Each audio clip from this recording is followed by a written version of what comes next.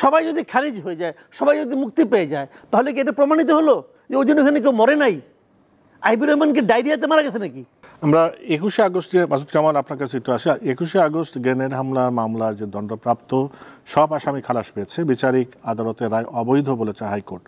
তো 21শে আগস্ট নিয়ে তো অনেক কাহিনী আছে, সেটা আপনি জানেন। শেষ পর্যন্ত যে আজকে যে রায় হলো সেটা নিয়ে আপনার অবজারভেশন শুনবো। সেই সাথে মির্জা ফখরুল ইসলাম আলমগীর বলেছেন যে এটার মাধ্যমে প্রমাণিত হয় যে তারেক রহমানের বিরুদ্ধে যত মামলা ছিল সব ষড়যন্ত্রমূলক মামলা। দেখেন, এই দুটা কিন্তু দুই ধরনের, দুইটাকে এক করে দেখা কোনো আমি মনে করি ঠিক না। মির্জা ফখরুল ইসলাম আলমগীর যেটা বলেছেন, উনি অতি সরলীকৃত একটা মন্তব্য করেছেন। 21শে আগস্টে যে রায়টা হয়েছে, আপনাকে রায়টা দেখতে হবে হাইকোর্ট কেন এই রায়টাকে করেছে, ভেবে দিয়েছে।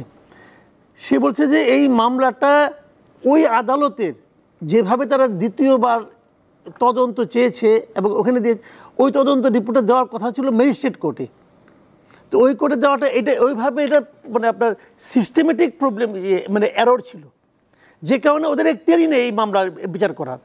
এই পয়েন্টে এই মামলাটা তারা খারিজ করে দিছে। এখন তার মানে ঘটনা কি ঘটে নাই? 21শে আগস্ট কি বোম ফুটে নাই? ওখানে কি গ্রেনেড ফুটে নাই? সবাই যদি খারিজ হয়ে যায়, সবাই যদি মুক্তি পেয়ে যায়, তাহলে কি এটা প্রমাণিত হলো যে ওই জন্য ওখানে কেউ মরে নাই? আইবুর রহমানকে ডায়রিয়াতে মারা গেছে নাকি? আইবুর রহমান কিন্তু গ্রেনেড খাইয়ে মারা গেছে। তো এখন ওই যে 23 জন মারা গেছে, 300 জন আহত হয়েছে, সবই তো সত্য। এবং এর চেয়ে নৃশংস, এর চেয়ে নির্মম কোনো ঘটনা তো ঘটতে পারে না। আপনি ভাবেন তো, আপনি পারবেন? আপনাকে দেবে 1 কোটি টাকাও দেই যে আপনি বাসা, আপনি বিল্ডিংয়ের ছাদ দেখেছেন নিচে 20 জন লোক আছে, একটা ইট দিলাম যে ওই লোকগুলো মাথার উপরে ফেলান, আপনি ফেলাতে পারবেন? পারবেন না। যে কার মাথায় পড়ে? আর ওরা এখানে এই 1000-10 লোকের মধ্যে গ্রেনেড ফেলেছে, মানে এর চেয়ে ভয়ঙ্কর কিছু হয় না। ঘটনা তো ঘটেছে।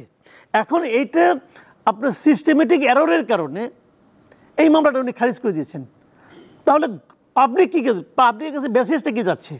যে মেসেজটা মির্জা ফখরুল ইসলাম আলমগীর দেওয়ার চেষ্টা করছেন, যে এতে প্রমাণিত হয় যে ওনারা সবাই নির্দোষ, হয় না। তাহলে এখন কি হবে? এখন কী হবে আমি বলতে পারবো না। আমার মনে হয় এই মামলা তো হতে হবে, হওয়া উচিত, তো একটু সুবিচার হতে হবে না? যে লোকগুলি মারা গেছে, ভাই কে মারছে? তার শত্রু পক্ষ মারছে না মিত্র পক্ষ মারছে? That is not important. Important হলো মারা হয়েছে কিনা। মারা তো হয়েছে, তো যারা মারা গেছে, যারা আহত হয়েছে, তারা কি বিচার পাবে না? এই বিচার কে নিশ্চিত করবে? রাষ্ট্র নিশ্চিত করবে। এটা তো রাষ্ট্রের দায়িত্ব। আপনি হাইপোথেটিক্যালি ধরেন যে ডক্টর ইউনূস নাই, এখনো হাসিনা সরকার আছে, এই রায় কিরকম হইতো না তো রে ভাই? এটা তো বুঝেন আপনি, হইতো না।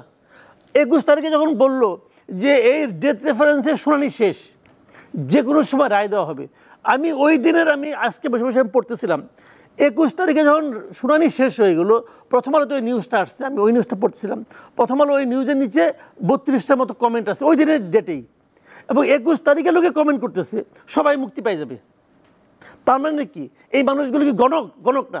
এই মানুষগুলির মধ্যে এক ধরনের পারসেপশন তৈরি হয়েছে যে সরকার চেঞ্জ হলে আমাদের বিচার বিভাগ এরকম হয়ে যায়।